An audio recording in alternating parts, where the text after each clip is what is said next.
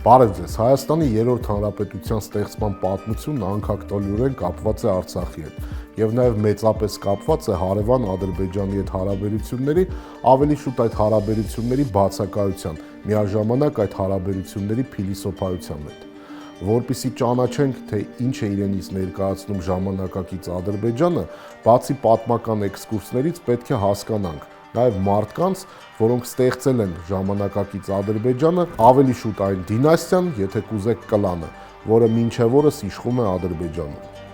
Ադրբեջանը ճանաչելու համար անկյունաքարային է հասկանալը, թե իրականում ով էր Հեյդար Ալիևը, ինչպես է նա կարողացել բարձրանալ խորհրդային կայսրության բյուրոկրատական Օլիմպոս եւ ինչպես խորհրդային վերջին տարիներին ցած նետվեց այդ Օլիմպոսից, բայց հետո կարողացավ տիրանալ սկզբում Նախիջևանին, այնուհետև ամբողջ Ադրբեջանին, փաստացի 20-րդ դարում հիմնադրելով նոր դինաստիա, Ալիևների դինաստիան։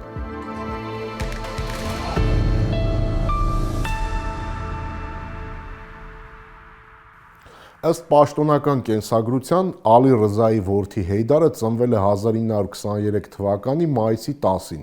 Ադրբեջանի խորհրդային հանրապետության կազմում գտնվող Նախիջևանի ինքնավար հանրապետության Նախիջևան քաղաքում։ Իրականում պարզ չէ, թե երբ եւ որտեղ է ծնվել Հեյդար Ալիևը։ Հայտնի է, որ երբ 1980-ականների սկզբներին նա խորհրդային պոլիտբյուրոյի անդամ էր եւ աշխատում էր Մոսկվայում, Ադրբեջանից Ալիևի մասին նամակներ են գրել կոմունիստական կուսակցության կենտկոմ եւ այդ ժամանակվա կուսակցական վերահսկողության կոմիտեի ղեկավար Բորիս Պուգոն հատուկ հանձնաժողով է ուղարկել Ադրբեջան, որը պետք է ուսումնասիրեր եւ Կոմկուսի ղեկավարությանը ներկայացներ Հեյդար Ալիևի կենսագրության հետ կապված խնդիրները։ Որպես ներքին շրջանառության փաստաթուղթ, հանձնաժողովի զեկույցը երբեք չի հրապարակվել ու դարձել լայն հասարակության սեփականության առարկան, բայց ինչ-որ մասեր այնուամենայնիվ Կոմկուսի փակ դռների հետևից սպրդել են։ Օրինակ, տարօրինակ է համարվել, որ Հեյդար Ալիևի վերաբերյալ բազմաթիվ փաստաթղթեր ուղղակի տեղում չեն եղել։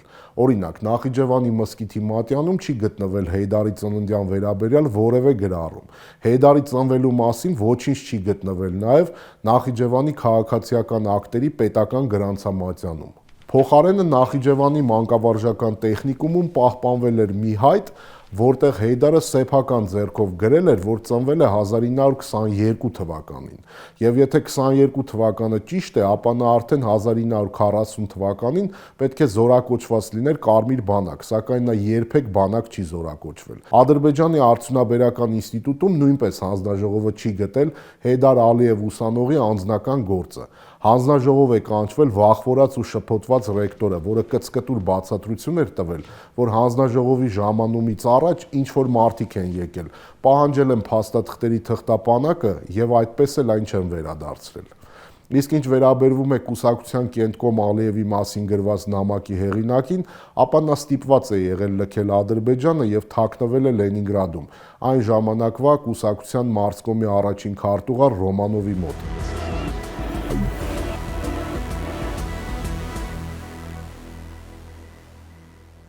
Հարցը, թե ինչու Նախիջևանում Հեյդար Ալիևի լույս աշխարհ գալու մասին ոչ մի փաստաթուղթ չի պահպանվել, ունի շատ պարզ պատասխան, որովհետև նա Նախիջևանում չի ծնվել։ Հայտնի է, որ նա մեծացել է մի ընտանիքում, որտեղ 8 երեխաներից 4-րդն է եղել։ Պաշտոնապես հայտնի է, որ հայրը Ալի Ռզա Ալիևը ծնվել է Հայաստանում, Սյունիքի մարզի Թանահատ գյուղում։ Պաշտոնապես Թանահատում է ծնվել նաև Հեյդարի ավագ եղբայր Հասանը։ Նախիջևանցիների վկայությամբ մինչև 1929 թվականին Ալի Ռզան ընտանիքի հետ միասին տեղափոխվել է Նախիջևան եւ 28 տարի աշխատել նույն վայրում, Նախիջևանի Բաղնիքում։ Հետաքրքիր է նաև Հեյդար Ալիևի ծննդյան թվականի առեղծվածը։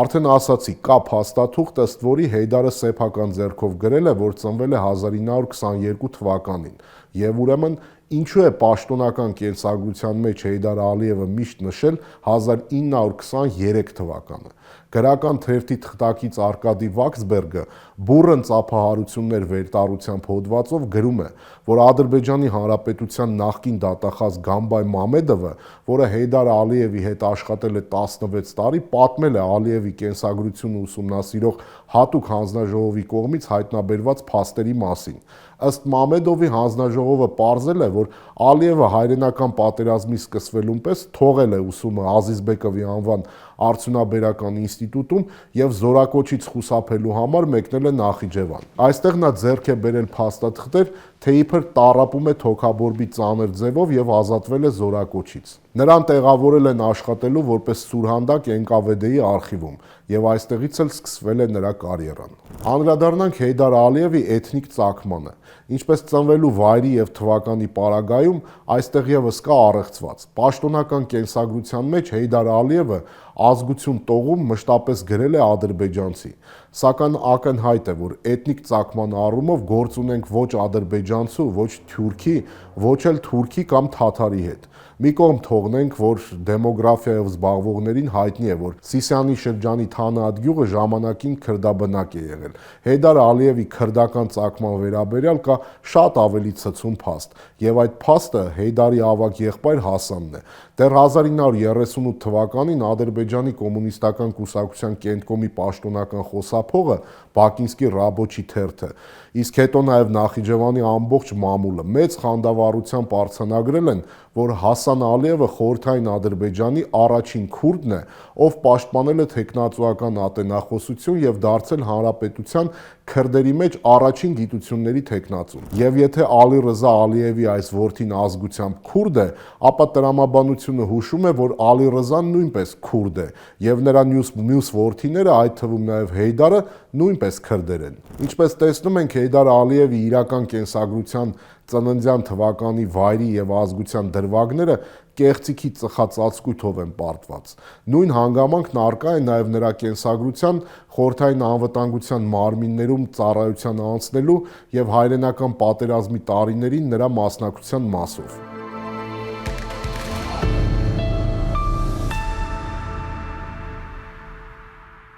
Ըստ պաշտոնական կենսագրության 1941 թվականին հայրենական պատերազմը սկսվելուն պես Հեյդար Ալիևը թողել է ուսումը եւ աշխատանքի անցել Նախիջևանի ինքնավար հանրապետության ՆԿՎԴ-ում։ 1943 թվականին աշխատանքի անցել Նախիջևանի ինքնավար հանրապետության նախարարների խորհրդում, իսկ արդեն 1944-ին անվտանգության մարմիններում։ Սակայն 1989 թվականին Մոսկովյան նորություններ թերթին տված հարցազրույցում խորհրդային Ադրբեջանի նախկին գլխավոր դատախազ Համբայ Մամեդովը նշում է. Հեյդար Ալիևը պատերազմի տարիներին փաստացի դասալիկ էր։ Երբ պատերազմը սկսվեց, նա մի քանի ամիս թաքնվում էր զորակոչից, անհետացավ արդյունաբերական ինստիտուտից, որտեղ այդ ժամանակ սովորում էր, իսկ հետո հայտնվեց Նախիջևանում, մի տեղեկանքով, թե իբր ունի բաց ձևի տուբերկուլյոզ։ Ստացավ զորակոչից ազատված լինելու հիմնավորում եւ աշխատանքի տեղավորվեց արխիվում որպես սուրհանդակ։ Այսպես էլ ապրեց մինչև 1944 թվականը, երբ հանկարծ ապաքինվեց եւ աշխատանքի ընդունվեց ՆԿՎԴ-ում։ Հետո արդեն պետք է լեգենդներ հյուսվեն, թե իբր Հեյդար Ալիևը պատերազմի տարիներին ոչ լեգալ հետախուզական գործունեությամբ է զբաղվել Իրանում, Թուրքիայում եւ այլ երկրներում։ Սրա վերաբերյալ չկա որևէ հիմնավորում կամ փաստ։ Ամենայն հավանականությամբ սուտ է եւ պատերազմի տարիներին, մինչ նրա հասակակիցները ռազմաճակատում էին, Ալիևը կեղծ տեղեկանքով հանգիստ անցկացրել է պատերազմական տարիները Նախիջևանում։ Հետաքրքիր է, որ պատերազմից հետո, երբ Հեյդար Ալիևը սրընթաց կարիերա էր անում ԽՍՀՄ պետական անվտանգության մարմիններում, ուշադրություն չեն դարձրել հանգամանքի վրա, թե ինչու Ալիևը բանակում չի ծառայել։ Կասկածից վեր է, որ 1940-ական, 50-ական թվականներին կարիերային թռիչքն ու Ալիևի կենսագրության մութ էջերի վրա աչք փակելը պայմանավորված է նրա ավագ եղբոր, այն նույն խորհրդային Ադրբեջանի առաջին քուրդ գիտնականի Հասան Ալիևի գործոնով։ Գիտությունների թեկնածու Հասան Ալիևի, ով 1950-ականներին արդեն ակադեմիկոս էր, եւ որ ամենահետաքրքիրն է, 1952 թվականին դարձել էր Ադրբեջանի կոմունիստական կուսակցության կենտրոնական կոմիտեի առաջին քարտուղարը, այսինքն փաստացի Ադրբեջանի ղեկավարն էր։ Ուշագրավ է, որ ժամանակակից Ադրբեջանի իշխող Ալիևների կլանի, եթե կուզեք Նախիջևանյան կլանի, եթե կուզեք դինաստիայի պատմությունն ուսումնասիրող մի շարք հետազոտողների կարծիքով, Ալիևների կլանի կամ դինաստիայի հիմնադիր պետք է համարել ոչ թե Հեյդար Ալիևին, այլ նրա ավագ եղբորը Հասան Ալիևին, ով առաջինն է հաստատվել Բաքվում, հասել բարձր ղեկավար պաշտոնների ու սկսել Նախիջևանից Բաքու տեղափոխել ու առաջ մղել ընտանիքի անդամներին եւ հիմնականում քրդական ծագում ունեցող նախիջևանցիներին։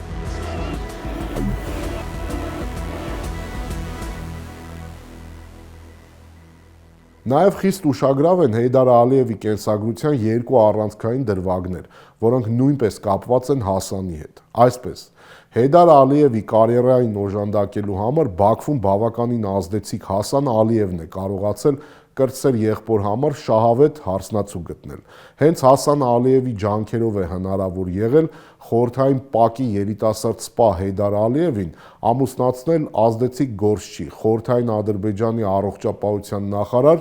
այնուհետև կոմունիստական կուսակցության Դաղստանի շրջկոմի նախագահ Ազիզ Ալիևի աղջկա Զարիֆայի հետ։ Նույն կերպ հետագայում Հեյդար Ալիևը ինքն է իր որդու համար հարսնացու ընտրել, բնականաբար Ադրբեջանում շատ ազդեցիկ մի ընտանիքից։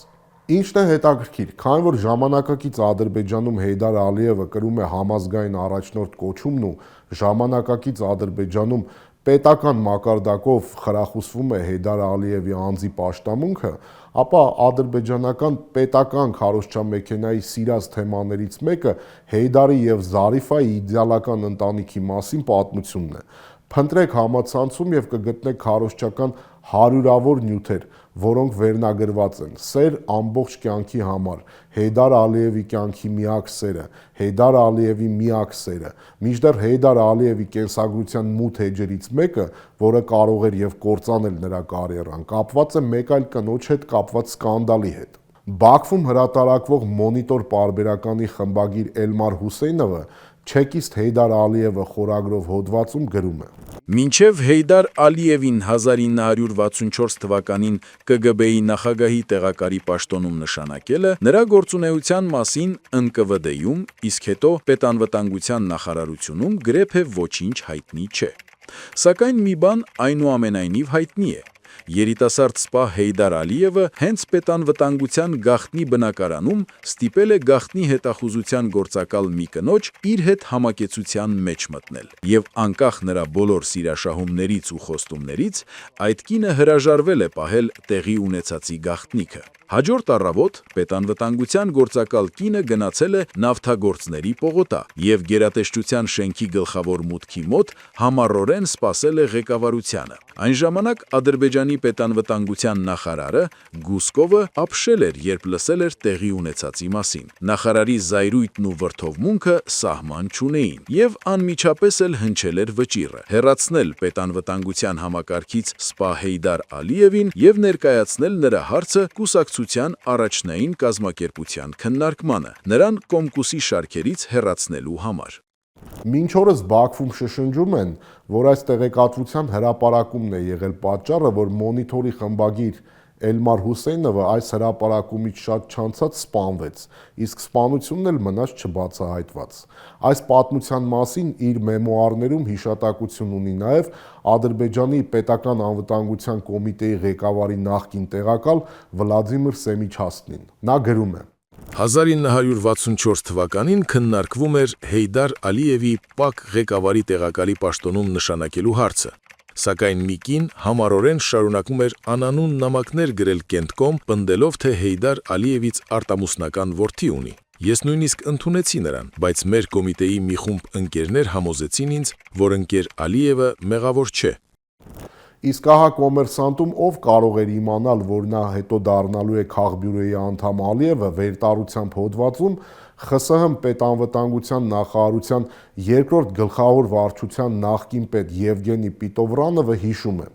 Հեյդար Ալիևի գործակալներից մի կին գաղտնի բնակարանում հանդիպումից մեկ օր հետո կարողացավ հանդիպում կազմակերպել Ադրբեջանի պետական անվտանգության նախարարի հետ եւ նրան հայտնեց իբրև թե տեղի ունեցած բռնության մասին։ Սկանդալը հսկայական էր։ Ալիևին պատրաստվում էին հանել կուսակցությունից, ինչը նշանակում էր նաև ավտոմատ հեռացում անվտանգության մարմիններից։ Նախարարի վրա փորձում էին ազդել Ալիևի բարձր պաշտոն զբաղեցնող բարեկամներն ու ընկերները։ Իսկ մի քանի գործընկերներ հայտարարեցին, թե պատրաստ են նրան վերցնել իրենց երաշխավորության տակ։ Արդյունքում կուսակցությունից եւ անվտանգության մարմիններից հեռացումը տեղի չունեցավ։ Կուսակցական ժողովը որոշեց սահմանափակվել նկատողությամբ, անձնական գործի մեջ գրանցումով, իսկ հետո շրջանային կոմիտեն մեղմեց պատիժը այն փոխարինելով սովորական նկատողությամբ։ Սակայն Ալիևին նվազեցրեցին կոչումով, դարձնելով կրտսեր լեյտենանտ, եւ նա ստիպված եղավ կարիերան սկսել զրոյից։ Քանի որ կան վկայությունները, որ Հեյդար Ալիևի համար նախարարի վրա ազդեցություն են գործել եւ նա փաստացի փրկվել է կարիերային խորտակումից, ապա հարց է առաջանում, ով կարող էր ազդել, ով այդքան ուժ եւ ազդեցություն ուներ, որ կարող էր պետանվտանգության նախարարի որոշում փոխել։ Ակնհայտ է, որ դա կարող էր անել միայն մեկ մարդ՝ Հեյդար Ալիևի պահապան հրեշտակը, համատեղության կարգով ավագ եղբայրը՝ Հասան Ալիևը։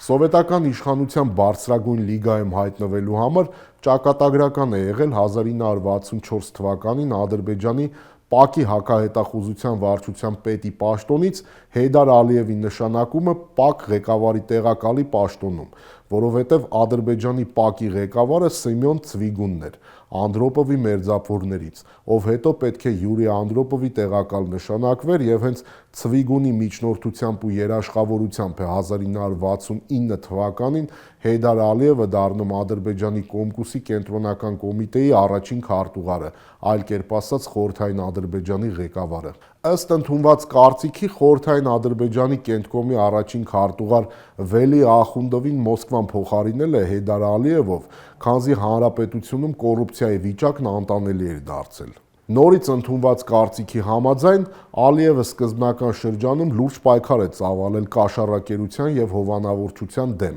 1975 թվականի դրությամբ Խորհրդային Ադրբեջանում կոլխոզի 5 նախագահներ եւ ֆաբրիկաների տնօրեններ կոռուպցիոն մեղադրանքներով դատապարտվել ու գնդակահարվել էին։ Փոփոխվել էին Ադրբեջանի կառավարչական վերնախավն ու տնտեսության կազմակերպման պատասխանատուները։ Սակայն այս վիճակը շատ երկար չի տևել։ Ադրբեջանական հետազոտություններով զբաղվող Դմիտրի Ֆուրմանը դեռևս 1993 թվականին գրել է.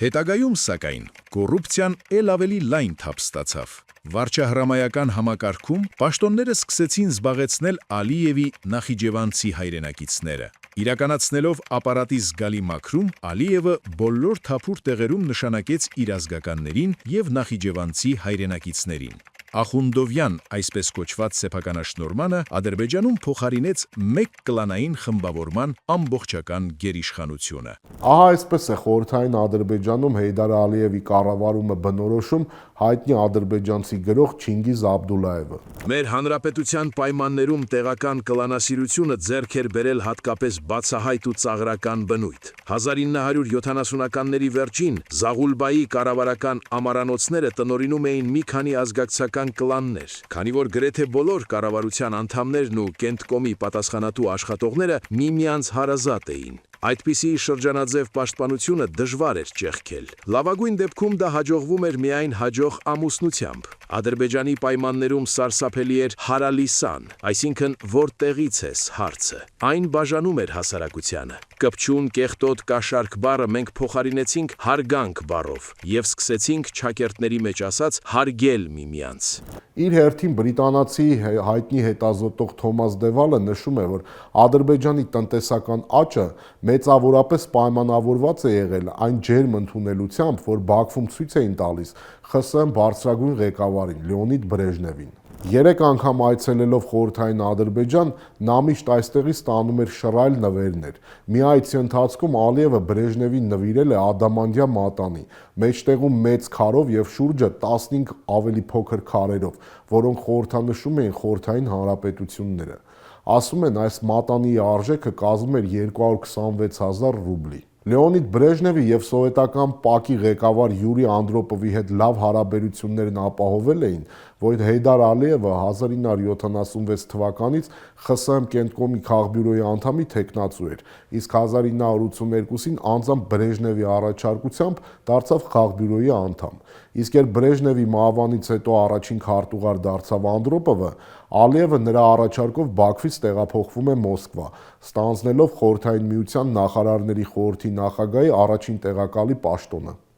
1980-ականներին խորհրդային ղեկավարների իրար հաջորդած մահվան շարանից հետո Միխայիլ Գորբաչովի գլխավոր քարտուղարի ընտրությանը ճիշտ է, քաղբյուրոյի անդամ Հեյդար Ալիևը կողմ էր քվեարկել, սակայն նրա հետ աշխատել չցանկացավ հենց ինքը Գորբաչովը։ Ըստ Գորբաչովի օգնական Անատոլի Չեռնյաևի, Գորբաչովը կարծում էր, որ Ալիևը Ուզբեկստանի հայտնի ղեկավար Ռաշիդովից ավելի պակաս կաշառակերտ չէ։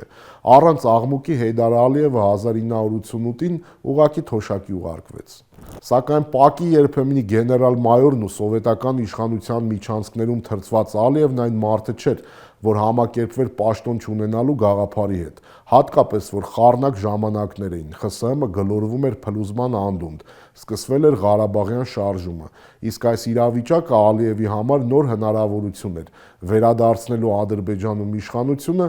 ավելի շուտ սեփականաշնորհելու Ադրբեջանը։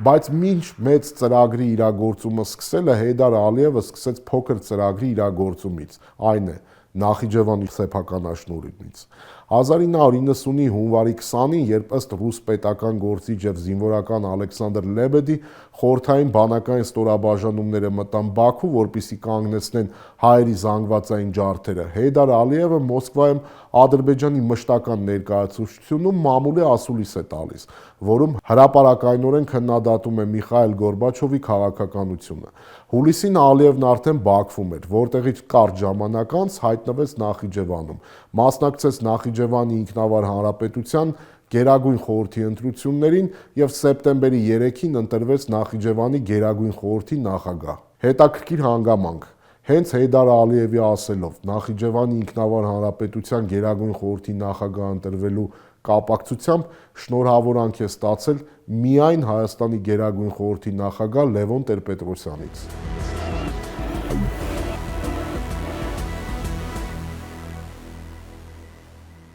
Ժամանակակից Ադրբեջանի պետական քարոզչամեքենան եւ պատմագրությունը համառորեն լռում է 1990-ականների սկզբին Նախիջևանում Հեյդար Ալիևի գործունեության մասին։ Լռում է, որովհետեւ եթե Ադրբեջանը հայրենիք է, ապա այն, ինչ Ալիևն արել է Նախիջևանում, չի կարող տեղավորվել Ադրբեջան հայրենիքը սիրելու, առավել եւս պաշտպանելու ու փրկելու պաշտոնական գաղափարախոսության մեջ։ Այսպես, մինչև Նախիջևանում հայտնվելը եւ Նախիջևանը Ադրբեջանում իշխանությունը վերցնելու համար պլազդարմի վերածելը, Հեյդար Ալիևն ու նրա հավատարիմ մարդիկ արդեն իսկ լուրջ քայլեր էին ձեռնարկել։ Ըստ էության Նախիջևանն Ադրբեջանի կազմից դուրս գալու մասին շատ ավելի շուտ է հայտարարել, քան Լեռնային Ղարաբաղը։ Այսպես, 1990 թվականի հունվարի 19-ին Նախիջևանի ինքնավար հանրապետության Գերագույն խորհրդի արտակարգ նստաշրջանը որոշում էր կայացրել ԽՍՀՄ կազմից դուրս գալու եւ անկախություն հռչակելու մասին։ Այդ որոշման առաջին կետը բառացիորեն հետեւյալն է. Նախիջևանի ինքնավար սոցիալիստական հանրապետությունը դուրս է գալիս ԽՍՀՄ կազմից եւ իրեն հռչակում է անկախ հանրապետություն։ Ավելին, այդ որոշման համաձայն Նախիջևանի Գերագույն խորհուրդը ճանաչման համար օժանդակություն էր խնդրում ՄԱԿ-ից, Թուրքիայից, Իրանից եւ բոլոր պետություններից։ Իսկ ահա որոշման 6-րդ կետում ասված է. այս որոշման մասին տեղեկացնել Ադրբեջանի խորհրդային սոցիալիստական հանրապետություն պետությանը եւ Խորհրդային սոցիալիստական հանրապետությունների միություն պետությանը։ Այս քայլով փաստացի Նախիջևանն ամբողջովին դադարեցրեց իր մասնակցությունը Ադրբեջանում տեղի ունեցող քաղաքական գործընթացներին։ Նախիջևանը չմասնակցեց նաև Ադրբեջանում անցկացված ԽՍՀՄ պահպանելու մասին հանրաքվեին, Ոչ էլ մասնակցեց 1990 թվականի սեպտեմբերի 8-ին կայացած Ադրբեջանի նախագահի ընտրությանը, որում հաղթանակ էր տարել Այազ Մութալիբովը։ Ավելին, ակնհայտ է, որ կոնկրետ 1990 թվականին Նախիջևանի անջատողականությունը Բաքվին ավելի շատ էր անհանգստացնում, քան Լեռնային Ղարաբաղում տեղի ունեցող գործընթացները։ Տեսեք, 1990-ի սեպտեմբերի 3-ին Հեյդար Ալիևն ընտրվում է Նախիջևանի Գերագույն խորհրդի նույն ինքը խորհրդարանի, նույն ինքը Մեջլիսի ղեկավար ու դառնում Նախիջևանի իշխանությունը։ 5 օր անց Ադրբեջանի նախագահ է ընտրվում Այազ Մութալիբովը եւ 2 օր անց Մոսկովյան Վեստի հաղորդմանը խոստանում է կարգի հրավիրել Նախիջևանի Մեջլիսին։ Այս հայտարարությանը Հեյդար Ալիևը հրապարակայնորեն պատասխանում է, որ Բաքվից զինված հարձակման դեպքում 330,000 նախիջևանցիները պատրաստ են պաշտպանել իրենց Մեջլիսը, եւ որպեսզի այս հայտարարությունը դատարկախոսություն չթվար, Նախիջևանի միջազգային օդանավակայանի թռիչքուղու վրա բենզինով լցված ավտոցիստերներ են հայտնվում, ինչը պետք է կանխեր օդային ճանապարհով Բաքվի ներխուժման փորձը Նախիջևան։ Փաստացի մինչև 1993 թվականը Հեյդար Ալիևը Նախիջևանում Բաքվից ամբողջական անկախություն էր վայելում։ Ավելին, հիմա Ադրբեջանում ամեն ինչ արվում է փաստը կոծկելու համար, սակայն Հեյդար Ալիևը Նախիջևանում իշխանությունը ստանձնելու հենց նույն օրն է կապ հաստատել Երևանի հետ եւ խաղաղություն առաջարկել։ Հետաքրքիր դրվագի մասին է խոսում իր գրքում ադրբեջանցի հեղինակ Մահմեդ Վելի Մահմեդովը։ Միլի Մեջլիսի 1993 թվականի ամառային նստաշրջանին Հեյդար Ալիևը պատգամավորներից մեկի հետ բանավեճի ժամանակ ասել է. 1992-ի օգոստոսին ինձ մոտ Նախիջևան եկավ ազգային ճակատից պատգամավոր Իբրահիմ Լին եւ զրույցի ժամանակ ասաց, որ անհրաժեշտ է Նախիջևանից Հայաստանի համար երկրորդ ճակատ բացել, որովհետեւ սեպտեմբեր-հոկտեմբերին խոշոր գործողություն է նախատեսված Ղարաբաղում եւ պետք է ստիպել Հայաստանին, որպեսզի իր ուժերի մի մասը Ղարաբաղից բերի դեպի Նախիջևան։ Ես նրան պատասխանեցի. ցանկանում եք վերցնել Ղարաբաղը, վերցրեք, բայց այդ գործին Նախիջևանը չխառնեք։ 1993-ի օգոստոսի 10-ին Մոսկովյան Սոբիսեդնիկին տված հարցազրույցում Հեյդար Ալիևն ասում է հետևյալը. «Մենք Հայաստանի հետ 300 կիլոմետրանոց սահման ունեինք։ Ես մշտապես կապի մեջ էի Հայաստանի ղեկավարության հետ եւ ինձ հաջողվել էր նրանց հետ ընդհանուր լեզու գտնել։ Նախիջևանցիները բառացիորեն ասում էին. ցանկացած սովի եւ սառնամանիքի կդիմանանք, միայն թե չպատերազմենք»։ Օրեր անց Հեյդար Ալիևը ռուս գրող Ալեքսանդր Պրոխանովին պատմել էր, որ Նախիջևանում իր գլխավոր ձեռքբերումը Հայաստանի հետ պատերազմից խուսափելն է եղել։ Ինչն է այս ամենում չափազանց հետաքրքիր։ Փաստորեն, երբ Մութալիբովի, իսկ այնուհետև Էլչիբեի ռեժիմը ամբողջ Ադրբեջանի ուժերը գերլարել էր եւ փորձում էր նվաճել Արցախը, Հեյդար Ալիևը իր իսկ բառերով ասած պաշտոնական Երևանի հետ լեզու էր գտել ու հանգիստ կառավարում էր Նախիջևանում։ Ավելին, այն ժամանակ, երբ Բաքվի մետրոյում ադրբեջանցի երիտասարդներին բերման էին ենթարկում եւ ստիպողաբար ուղարկում Ղարաբաղ պատերազմելու, Նախիջևանից որևիցե մեկը չի զորակոչվել եւ չի մասնակցել Արցախի դեմ սանձազերծված ադրբեջանական ագրեսիային։ Այս իրավիճակը շարունակվեց նաեւ այն ժամանակ, երբ 1993-ին Հեյդար Ալիևը Բաքվում վերցրեց իշխանությունը։ Նա այդպես էլ Ղարաբաղի դեմ ձեռնարկված պատերազմում նախիջևանցիներին չներգրավեց, ինչպես մնացած այս դեպքում եւս Ադրբեջանում հաղթեց կլանային շահը։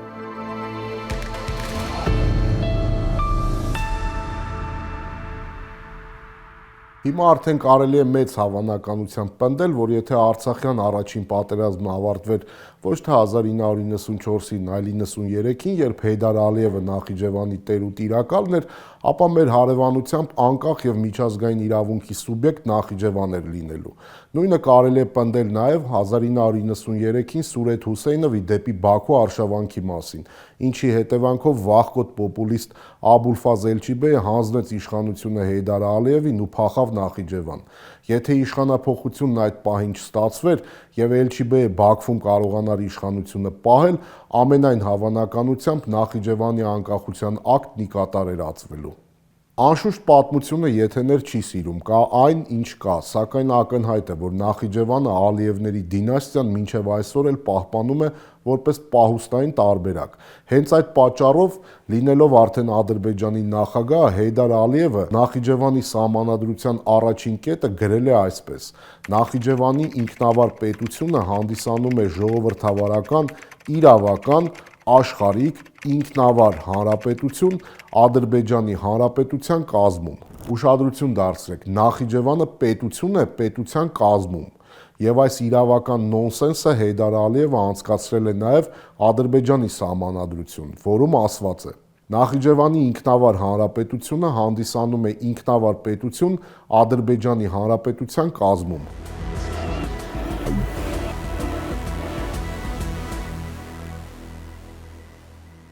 Հիմա հասկանանք, թե ինչպես Հեյդար Ալիևը իր կյանքում արդեն երկրորդ անգամ Նախիջևանից հայտնվեց Բաքվում եւ վերցրեց իշխանությունը։ 1993 թվականի մայիսի 28-ին ռուսական բանակային ստորաբաժանումները ժամանակից շուտ դուրս են բերվում Գյանջայից, իսկ թողնված զենք զինամթերքը բաժին է հասնում գնդապետ Սուրեթ Հուսեյնովին։ Հունիսի 4-ին կառավարական զորքերը սկսում են այսպես կոչված թայֆուն գործողությունը, փորձելով վնասազերծել ըմբոստ գնդապետին։ Փորձն ավարտվում է անհաջողությամբ եւ մարդկային զոհերով։ Սուրեթ Հուսեյնովի մարտիկներին հաջողվում է նույնիսկ պատանդ վերցնել Ադրբեջանի գլխավոր դատախազ Իխտիար Շիրինովին։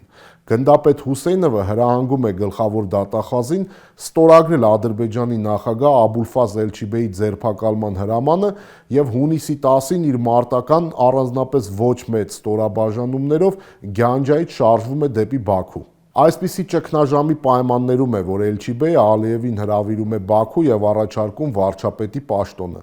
Աբուլֆազ Էլչիբեյի եւ Սուրեթ Հուսեյնովի միջև տեղի ունեցած բանակցությունները, որոնցում միջնորդը Հեյդար Ալիևն էր, արդյունք չի տալիս։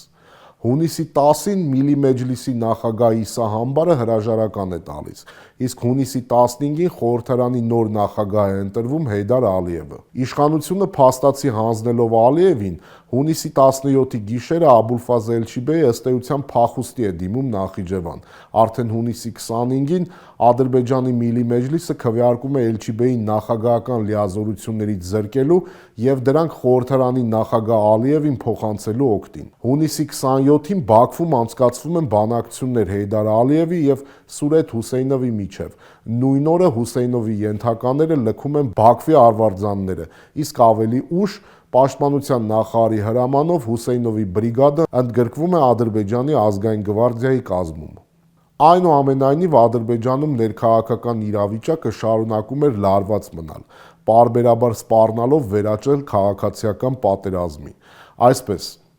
հունիսի 21-ին ադրբեջանական բանակի թալիշական ծագմամբ գնդապետ Պաշտպանության նախարարի տեղակալ Ալաքրամ Գումբաթովը եւ 704-րդ բրիգադի սպաները Ադրբեջանի 7 շրջանների տարածքում հռչակում են Թալիշ Մուղանի ինքնավար հանրապետություն, սակայն այն ընդամենը 2 ամսվա կյանք ունեցավ։ Վերցնելով Բաքվում իշխանությունը, Հեյդար Ալիևը Արցախի հարցում շարունակեց իր նախորդների ագրեսիան, թեև այդպես էլ աչքի չընկավ առանձնակի զորավարական հատկություններով։ Ադրբեջանում, որտեղ Հեյդար Ալիևը մեր օրերում հռչակված է համազգային առաջնորդ ու փրկիչ,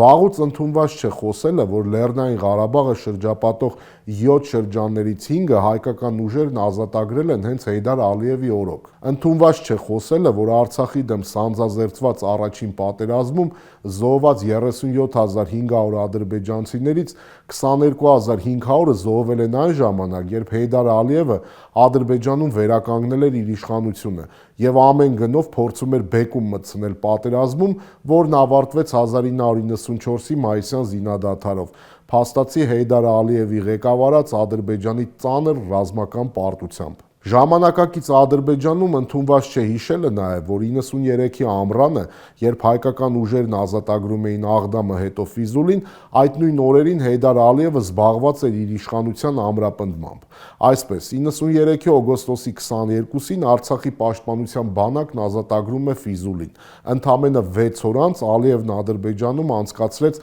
այդ պահին դեռևս ֆորմալ նախագահ Աբուլֆազ Էլչիբեյի վստահության հանրաքվե, որի մասնակիցների 97.5%-ն անվստահություն հայտնեցին Ալիչբեին։ Թեև հանրաքվեն կեղծված անվանեցին Ադրբեջանի ազգային ճակատն ու միջազգային կազմակերպությունները, այնուամենայնիվ սրանով Հեյդար Ալիևը հերթական քայլն արեց դեպի Ադրբեջանի նախագահի պաշտոն։ Նախագահի ընտրությունը կայացավ հոկտեմբերի 3-ին, որտեղ ըստ Ադրբեջանում հաստատված ավանդույթի 98.8% ձայներով նախագահ ընտրվեց Հեյդար Ալիևը։ 1993-98 թվականներին Հեյդար Ալիևի նախագահության առաջին շրջանը անկայունության ու զինված հեղաշրջման փորձերի ժամանակաշրջան էին։ Բավական է հիշել միայն ներքին գործերի նախարարի տեղակալներ Ռովշան Ջավադովի եւ Իսկանդեր Համիդովի 94-95 թվականների փաստացի ապստամբությունը, որը Հեյդար Ալիևը կարողացավ ճնշել ու Ադրբեջանում որոշակի ներքաղաքական կայունության հասնել միայն այն բանից հետո,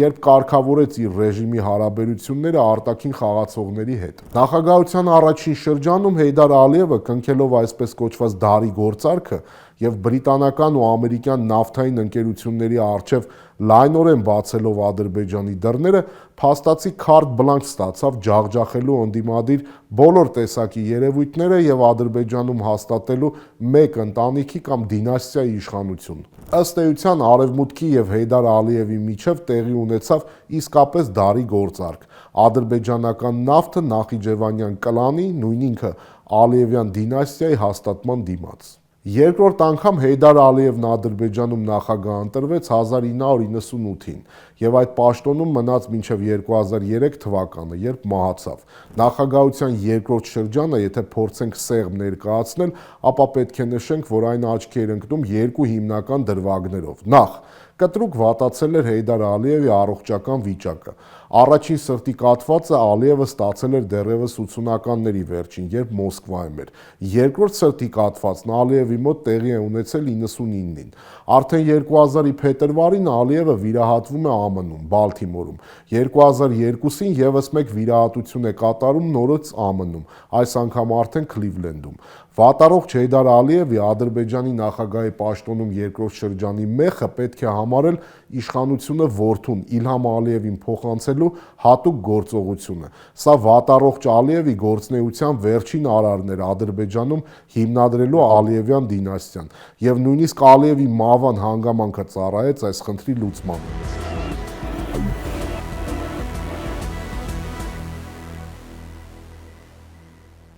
Այսպես, 2003 թվականի ապրիլի 21-ին Հեյդար Ալիևը ելույթ է ունենում Նախիջևանի Ռազմական ակադեմիայի 30-ամյակին նվիրված հանդիսավոր միջոցառմանը։ Ելույթի ժամանակ նախագահը սեղմում է սիրտը, թիկնապահները շտապում են մոտենալ եւ նրան բեմից իջեցնել։ 10 րոպե անց Ալիևը վերադառնում է ամբիոնի մոտ եւ շարունակում է ելույթը, սակայն կորցնում է գիտակցությունը։ Թիկնապահները կրկին նրան հեռացնում են բեմից, բայց մի քանի րոպե անց նա նորից վերադառնում է եւ իր ելույթն ավարտում հետեւյալ խոսքերով. «Մաղթում եմ բոլորին առողջություն, երջանկություն եւ հաջողություն»։ Այս պահից սկսվում է կեղծիքի վերջնարարը, կեղծիքի, որն ուղեկցել է Հեյդար Ալիևին նրա երկրային կյանքի ամբողջ ընթացքում, կեղծիք, որի նպատակը Ադրբեջանում իշխանության փոխանցումն էր հորից որդուն, նույն ինքը Ալիևների դինաստիայի իշխանության շարունակականության ապահովումը։ Ըստ պաշտոնական վարկածի Հեյդար Ալիևը 2003-ի մայիսի 3-ից 26-ը, այսինքն 23 օր հետազոտվել է Անկարայի Գյուլհանե ռազմական հոսպիտալում։ Հուլիսի 8-ին Ալիևը Գյուլհանեում հոսպիտալացվում է եւ մինչեւ մահվան պաշտոնական օրը դեկտեմբերի 12-ը նրան որևէ մեկը չի տեսել։ 2003-ի հոկտեմբերի 15-ին Ադրբեջանում պետք է կայանար նախագահական հերթական ընտրությունը, որին մասնակցելու հայտ էր ներկայացրել հայր եւ որդի Ալիևները։ Օգոստոսի 1-ին մամուլում հայտնվում են Հեյդար Ալիևի մահվան մասին հաղորդագրություններ։ Նույն օրը Վրաստանի պետական գրասենյակը նախագահ Էդուարդ Շևարդնաձեի անունից ցավակցություն է հայտնում մահացածի ընտանիքին եւ Ադրբեջանի ժողովրդին, սակայն կարճ ժամանակ անց պաշտոնապես հերքում է Ալիևի մահվան մասին սեփական հաղորդագրությունը։ Օգոստոսի 4-ին Իլհամ Ալիևը հերքում է հոր ծանր վիճակի, առավել ևս մահվան մասին լուրերը։ Ըստ ՌԻԱ Նովոստի, Ալիև կրտսերն ասել է, որ նոր է վերադարձել Թուրքիայից, որտեղ այցելել է հորը Գյուլհանե հիվանդանոցում։ Նա նաև հավելում է, որ Հեյդար Ալիևը Բաքու կվերադառնա օգոստոսի 6-ին, Ադրբեջանում պաշտոնական նախագահական ընտրությունների քարոզարշավի մեկնարկին։ Իլհամ Ալիևն իսկապես այցելել է Անկարայի հիվանդանոց, ինչպես պարզվում է իր հանցակիցների խմբի հետ, որտեղից վերադարձել է ստորագրված հրամանագրով, որով իրեն նշանակել է վարչապետ եւ Ադրբեջանի նախագահի պաշտոնակատար։ Մի շարք փորձագետների կարծիքով Հեյդար Ալիևի ստորագրությունը կեղծված է, քանի որ Ադրբեջանի նախագահը կամ կոմայի մեջ է եղել, կամ էլ ամենայն հավանականությամբ արդեն մահացած է եղել։ Հետաքրքիր է, որ Հեյդար Ալիևը ստորագրել է ճակերտներում ոչ թե մեկ, այլ երկու հրամանագիր։ Մեկը Իլհամ Ալիևին վարչապետ ու Ադրբեջանի նախագահ պաշտոնակատար նշանակելու մասին, երկրորդը Ադրբեջանի վարչապետ Արթուր Ռասիզադեին փոխվարչապետ նշանակելու մասին։ Հավանաբար կեղծարարներն այնքան են շտապել, որ մոռացել են ևս մի հրամանագիր կեղծել, այն է Արթուր Ռասիզադեին վարչապետի պաշտոնից ազատելու մասին հրամանագիրը։ Արդեն օգոստոսի 6-ին, այսինքն այն օրը, երբ ըստ Իլհամ Ալիևի Հեյդար Ալիևը պետք է վերադառնար Բաքու, Ազերթաջ լրատվական գործակալության հաղորդմամբ Հեյդար Ալիևը Ռուսաստանի արտակարգ իրավիճակների նախարարության հատուկ ինքնաթիռով Անկարայից տեղափոխվում է ամերիկյան Քլիվլենդ քաղաք հետագա հետազոտությունների եւ բուժման համար։ Մինչդեռ ադրբեջանական ընդդիմադիր մամուլը սկսում է պնդել, որ Հեյդար Ալիևը մահացել է։ Հյուրիետ թերթը հաղորդել էր, որ Ալիևը մահացել է օգոստոսի 1-ին եւ դրա մասին արձանագրությունը հասանելի էր Անկարայի Գյուլհանե կլինիկայում։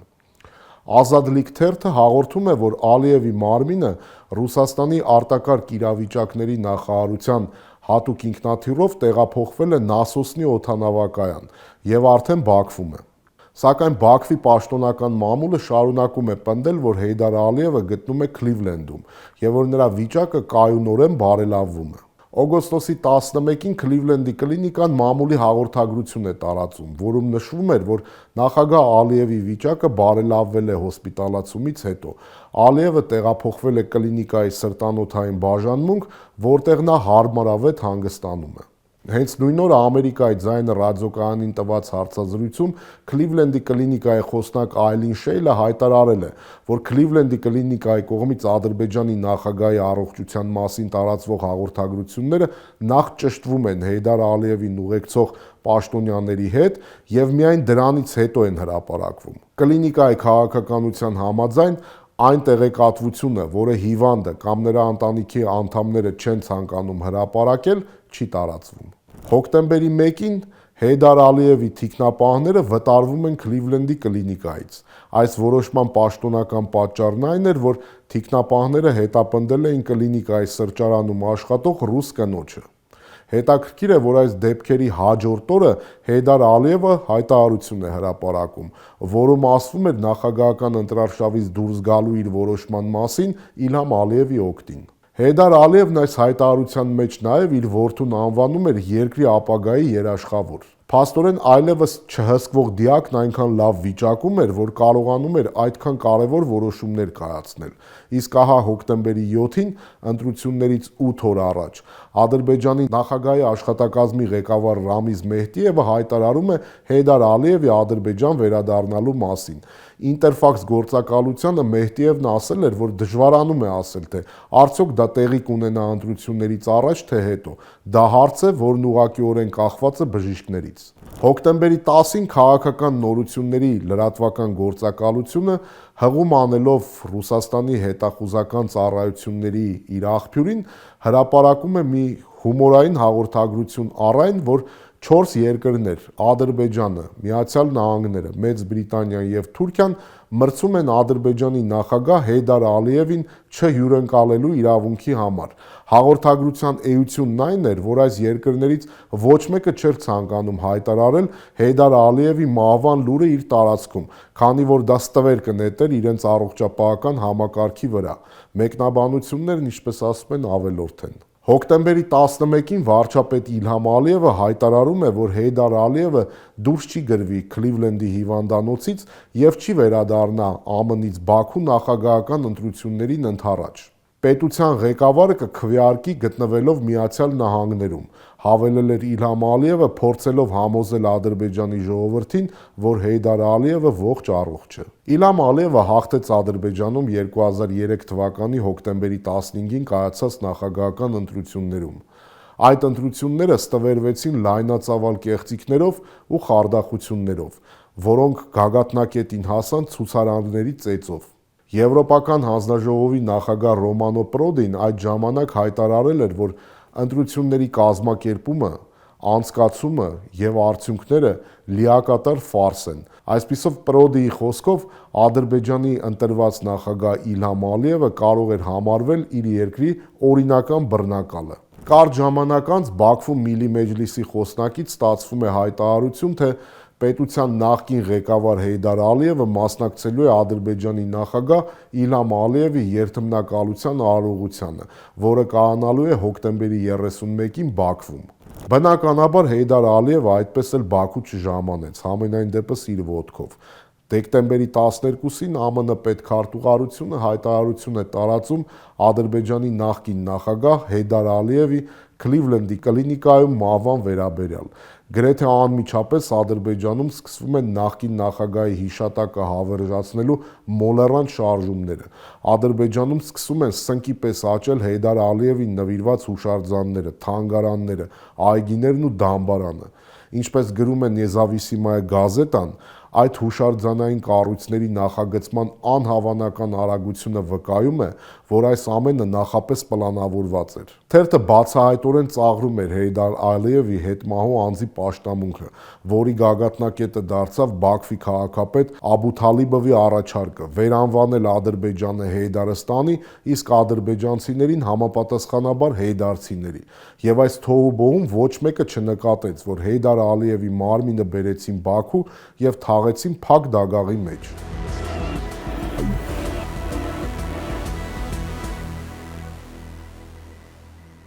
Այս ամբողջ պատմության մեջ կա եւս մի շատ կարևոր մանրուք, որը կարծես ոչ մեկը չէր նկատել։ Հեյդար Ալիևը չի շնորհավորել որդուն Իլհամ Ալիևին Ադրբեջանի նախագահական ընտրություններում տարած հաղթանակի կապակցությամբ։ Ինչպես է դա հնարավոր։ Հոսպիտալացումից հետո նա որդուն նշանակել է վարչապետ եւ նախագահի պաշտոնակատար, ապա հոկտեմբերի 2-ին Հեյդար Ալիևը հրաժարվել նախագահական մրցավազքից, կոչ անելով Ադրբեջանի ժողովրդին քվեարկել Իլհամ Ալիևի օգտին։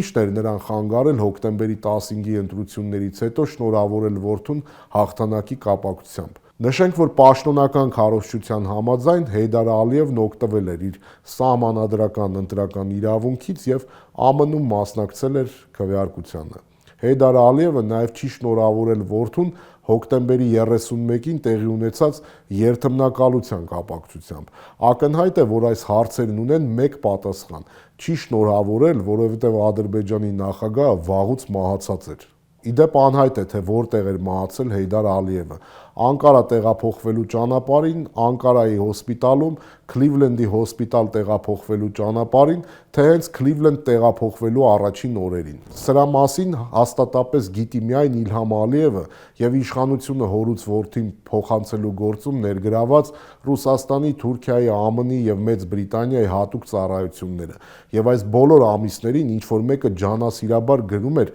կոմայի մեջ կամ արդեն մահացած Հեյդար Ալիևի հրամանագրերի տեքստերը, ինչպես նաև Հեյդար Ալիևի առողջական վիճակի մասին տեղեկությունները։ Ինչ վերաբերվում է որդուն շնորհավորելուն, ապա ամենայն հավանականությամբ ընդդիմության բողոքի ցույցերը ճնշելու եւ երթմնակալության շտապ նախապատրաստական աշխատանքների քաոսի մեջ համակ ուշադրությամբ թաքցված դիակի մասին պարզապես մոռացել էին։ Ասա է Ադրբեջանում համազգային առաջնորդ հռչակված Հեյդար Ալիևի անձի եւ նրա հիմնադրած Ալիևների դինաստիայի ապացուցված ստի եւ կեղծիքի պատմությունը։ Ժամանակակից Ադրբեջանի հետ հարաբերվելիս սա պետք է անպայման հաշվի առնել, քանզի ինչպիսին հռչակված կուռքերն են, այնպես էլ այդ երկրի իշխանություններն են։ Իր հուշերում գեներալ Անտոն Դենիկինը 1918-20 թվականների Ադրբեջանի Առաջին հանրապետության մասին գրում է. Ադրբեջանի Հանրապետությունում ամեն ինչ արհեստական էր, կեղծ, սկսած անունից, փոխարված պարսկական նահանգից։ Այն արհեստական տարածք էր, որը ներառում էր լեզգիական Զաքաթալան, հայ-թաթարական Բաքվի և Ելիզավետպոլի նահանգները, ինչպես նաև ռուսական Մուղանը։ Դրանք միավորված էին թուրքական քաղաքականությամբ, որպես Կովկասում պանթուրքիզմի առաջապահ ֆորտպոստ, արհեստական պետություն։ Այսօր Ադրբեջանի մասին գեներալ Դենիկինի այս խոսքերին կարելի է միայն ավելացնել. կեղծ պետություն, կեղծ կրոն, կեղծ անկախություն, կեղծ սահմաններ, կեղծ ազգային առաջնորդ իր կեղծ ծննդյան օրով, կեղծ կենսագրությամբ, կեղծ մահվան օրով ու վայրով, կեղծ թաղումով։ Դուք դիտում եք Մանդելայի էֆեկտը։ Կհանդիպենք։